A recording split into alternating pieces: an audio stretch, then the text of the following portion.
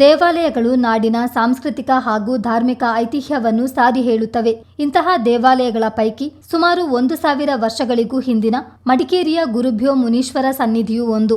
ರಾಜಾಸೀಟ್ ಕೆಳಭಾಗದ ಮುನೀಶ್ವರ ರಸ್ತೆಯಲ್ಲಿರುವ ಗುರುಭ್ಯೋ ಮುನೀಶ್ವರ ಸನ್ನಿಧಿಯ ಜೀರ್ಣೋದ್ಧಾರ ಕಾರ್ಯ ಅಂತಿಮ ಹಂತದಲ್ಲಿದ್ದು, ಈ ತಿಂಗಳ ಅಂತ್ಯದಲ್ಲಿ ಬ್ರಹ್ಮಕಲಶೋತ್ಸವ ಕೈಂಕರ್ಯಕ್ಕೆ ಅಣಿಯಾಗಿದೆ.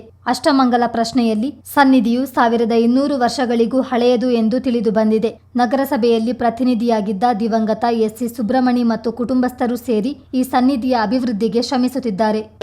ಇವತ್ತು ಶ್ರೀ ಗುರುಭ್ಯೋ ಮುನೀಶ್ವರ ಚಾಮುಂಡೇಶ್ವರಿ ಮತ್ತು ನಾಗಕ್ಷೇತ್ರದಲ್ಲಿ ನಾವಿದ್ದೇವೆ. ಇವತ್ತು ಈ ಕ್ಷೇತ್ರದ ಬ್ರಹ್ಮಕಲಶೋತ್ಸವವನ್ನು ತಯಾರಿ ಮಾಡಿಕೊಂಡು ನಾವು ಇವತ್ತು ಈ ಒಂದು ಪ್ರಸಾರವನ್ನು ಕೊಡಗಿನ ಸಮಸ್ತ ಜನತೆಯನ್ನು ಈ ಒಂದು ಪೂಜಾ ಕೈಂಕರ್ಯಗಳಿಗೆ ಆಹ್ವಾನಿಸಬೇಕು ಅಂತೇಳಿ ನಾವು ಈ ಒಂದು ಕಾರ್ಯಕ್ರಮವನ್ನು ಹಮ್ಮಿಕೊಂಡಿದ್ದೇವೆ.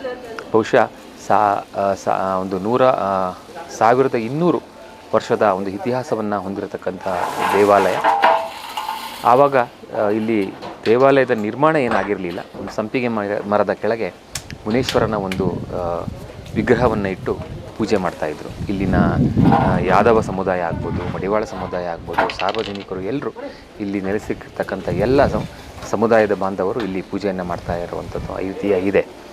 ಬಹುಶಃ ಕಾಲಕ್ರಮೇಣದಲ್ಲಿ ಒಂದು 30 ವರ್ಷದ ಹಿಂದೆ ನನ್ನ ತಂದೆಯಾದಂಥ ದಿವಂಗತ ಎಸ್.ಸಿ. ಸುಬ್ರಹ್ಮಣ್ಯ ಅವರು ಇಲ್ಲಿ ಒಂದು ಚಿಕ್ಕ ಗುಡಿಯನ್ನು ಕಟ್ಟಿದರು. ಏನಂತೇಳಿದರೆ ಮಳೆಗೆ ದೀಪಗಳೆಲ್ಲ ಆರಿ ಹೋಗ್ತಾಯಿತ್ತು ಮತ್ತು ಇಲ್ಲಿ ಪೂಜೆಗೆ ವ್ಯವಸ್ಥೆಗಳು ಇಲ್ಲದ ಕಾರಣ ಒಂದು ಚಿಕ್ಕ ಗುಡಿಯನ್ನು ನಾವು ಆ ಸಂಪಿಗೆ ಮರದ ಕೆಳಗೆ ಪ್ರತಿಷ್ಠಾಪನೆ ಮಾಡಿದ್ದು.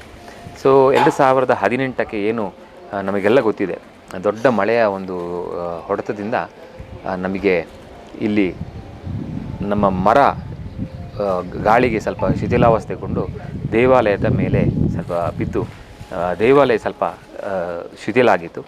ಸೊ ಆ ಒಂದು ವಿಚಾರದಲ್ಲಿ ಈ ದೇವಾಲಯವನ್ನು ಜೀರ್ಣೋದ್ಧಾರ ಮಾಡಬೇಕು ಅಂತೇಳಿ ನಮ್ಮ ಒಂದು ಕಮಿಟಿಯವರೆಲ್ಲ ತೀರ್ಮಾನ ಮಾಡಿದ್ದು. ಸೊ ಕಮಿಟಿಯ ಹಿರಿಯರಾದಂಥ ಗಜರಾಜ ನಾಯ್ಡು ಅವರು ಇದಕ್ಕೆ ಒಂದು ಕಾರ್ಯಕಲ್ಪ ಮಾಡಬೇಕು, ನಾವೆಲ್ಲ ಇದನ್ನು ಸೇರಿಕೊಂಡು ಒಂದು ಮಾಡಬೇಕು ಅಂಥೇಳಿ ನಾವು ಪ್ರಾರಂಭ ಮಾಡಿದ್ದು. ದೇವಾಲಯದ ಜೀರ್ಣೋದ್ಧಾರ ಒಂದು 4 ವರ್ಷದ ಹಿಂದೆಯೇ ಶುರು ಮಾಡಿದ್ದು. ಸೊ ಈ ಮಳೆಯಿಂದ ಕಾರಣ ಒಂದು 8 ತಿಂಗಳ ಕಾಲ ಸ್ವಲ್ಪ ಕೆಲಸ ನಿಲ್ಲಿಸಿದ್ದು. ಸೊ ಈಗ ಪುನಃ ಮುಕ್ತಾಯ ಹಂತದಲ್ಲಿ ದೇವಸ್ಥಾನ ಇವತ್ತು ಇದೆ. ಸೊ ದೇವಸ್ಥಾನದ ಏನು ಬ್ರಹ್ಮಕಲಶದ ಅಧ್ಯಕ್ಷತೆಯನ್ನು ನನ್ನ ಚಿಕ್ಕಪ್ಪರಾದಂಥ ಎಸ್.ಸಿ. ಹರೀಶ್ರವರು ಈ ಸರಿ ವಹಿಸ್ಕೊಂಡಿದ್ದಾರೆ.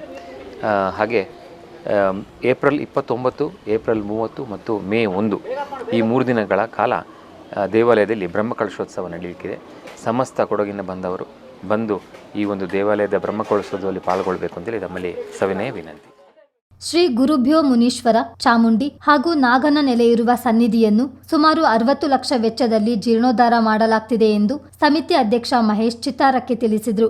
ಏಪ್ರಿಲ್ 28ರಿಂದ ಮೇ 1ರವರೆಗೆ ನಡೆಯಲಿರುವ ಬ್ರಹ್ಮಕಲಶೋತ್ಸವದ ಧಾರ್ಮಿಕ ಕೈಂಕರ್ಯಗಳಲ್ಲಿ ನಾಡಿನ ಸದ್ಭಕ್ತರು ಹೆಚ್ಚಿನ ಸಂಖ್ಯೆಯಲ್ಲಿ ಪಾಲ್ಗೊಳ್ಳಬೇಕೆಂದು ಮಹೇಶ್ ಕೋರಿದ್ದಾರೆ.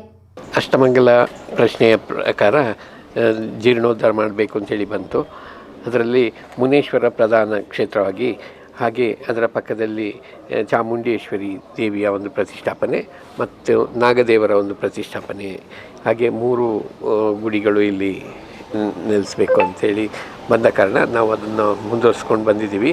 ಇದಕ್ಕೆ ಸುಮಾರು ಒಂದು 40ರಿಂದ 50 ಲಕ್ಷ ರೂಪಾಯಿ ನಮಗೆ ಖರ್ಚು ವೆಚ್ಚ ಆಗಿದೆ.